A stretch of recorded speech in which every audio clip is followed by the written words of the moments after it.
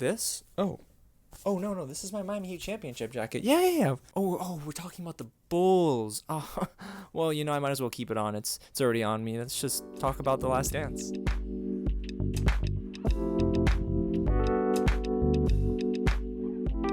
What's going on, you guys? James here with another real review, and today we're talking about The Last Dance, ESPN's highly anticipated Michael Jordan and Chicago Bulls documentary. Now, tonight is only episode 1 and 2 because they are airing this over a series of weeks. It's a 10-part series directed by Jason Hehir, who also did HBO's Andre the Giant documentary.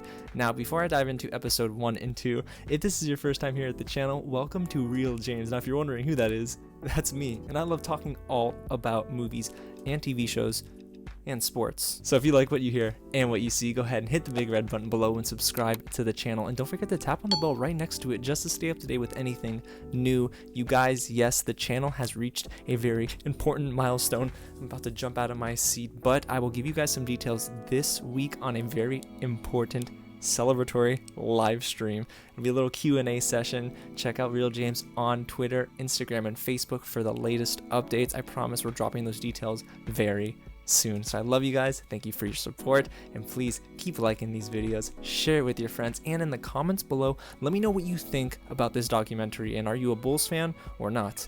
You know me, your boy is a Miami Heat fan. There's a poll right at the top of the screen that should pop up. It's going to ask you if you were a huge fan of the Michael Jordan-led Bulls or not. I'm curious to see what you guys think.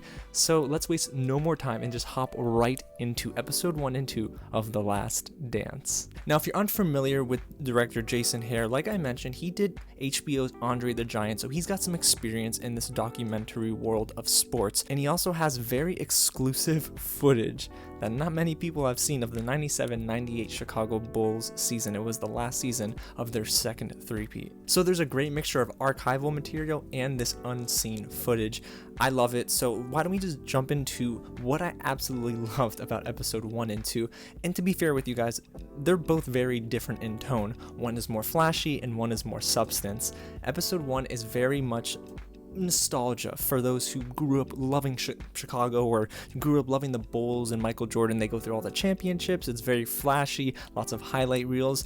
For me, it felt like, okay, we're getting into some of this unseen footage, these interviews. They're all very good and they're fun, honestly. The interview subjects that they picked, Pat Riley, President Obama, even former players and personnel, trust me, it is really a joy to see, especially if you're a sports fan. And for me, on a personal note, I didn't really grow up knowing much about the Michael Jordan era Bulls, and I really love that I'm learning more about this, and I think Jason Hehir does a great job of really diving into the ethos of this. Like, there's a lot to really love about the storytelling, and especially in episode 2. Let me tell you guys, if I had to pick a favorite episode out of the two-parter tonight, it's episode 2. When I tell you that the storytelling, the layered approach is just much more enjoyable as a fan of both cinema and sports, it really just, it spoke to me. But let me not get ahead of myself. Episode 1 really deals with learning about the direction of the documentary. You understand that you're pulling a lot of old stuff, but then you're bringing in a lot of new stories,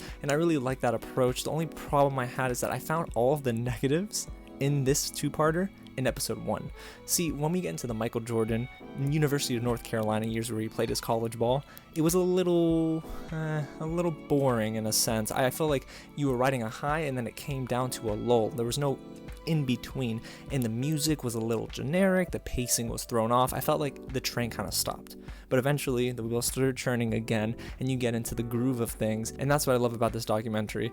When you think it's going downward, all of a sudden it just picks back up again. So far, so good. And episode 1 teased a lot of the drama with that 97-98 Bulls team. You have Jerry Krause, general manager of the Bulls, who, I mean, as a businessman, I guess you can say he's okay. I mean, but he was not a player favorite in that locker room or a coach favorite. I mean, he made Phil Jackson so mad, and Phil is a wizard. Love him as a head coach, but boy, some of the things that happened, and even reporters didn't like him. I even wrote down here that they went in on him. There was one reporter that said he had little man syndrome, and I'm like, yo, I mean, at least have a little respect. The man is dead. But yeah, he said that Jerry Krause wanted to be the center of attention. So you start to see the roots develop for this documentary, and then it finds its legs in episode 2. When we dive into Scottie Pippen and that drama, especially with his contract and how they definitely undervalued him, it is insane. And then episode 2 ends with MJ saying, I thought Scottie was a little immature. He was just kind of selfish.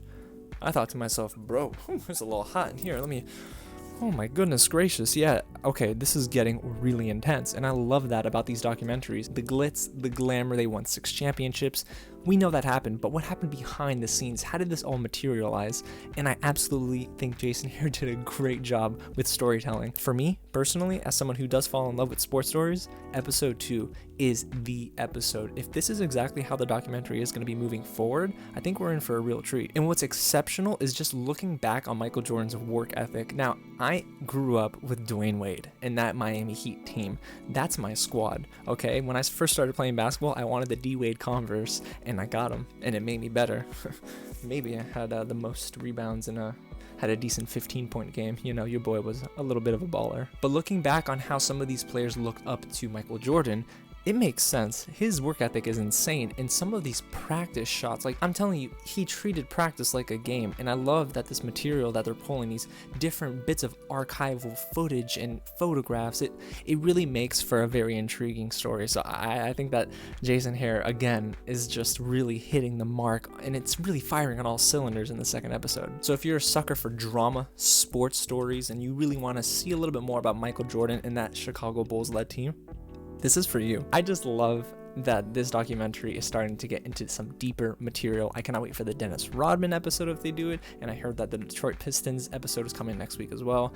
It's just going to be fun to unwind on a Sunday evening and just watch and see how Michael Jordan and that Chicago Bulls team went on to win what was their second three-peat championship. That is fantastic. So I really think that this is worth a watch. It's definitely well constructed. I think the pacing picks up after the first episode in a sense, and there's really nothing that I can tell you that I hated.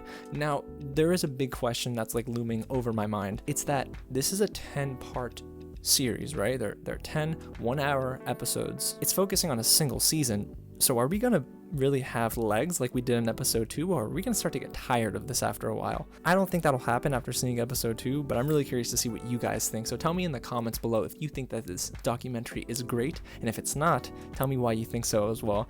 Again, if you haven't already, go ahead and hit the big red button below and subscribe to the channel, and tap on the notification bell right next to it. Don't forget to like this video, share it with your friends, and again, you guys, thank you. Thank you so much for supporting this channel. 1,000 is a huge milestone, and I'm honestly blessed to just talk about movies, TV shows, and everything under the sun with you.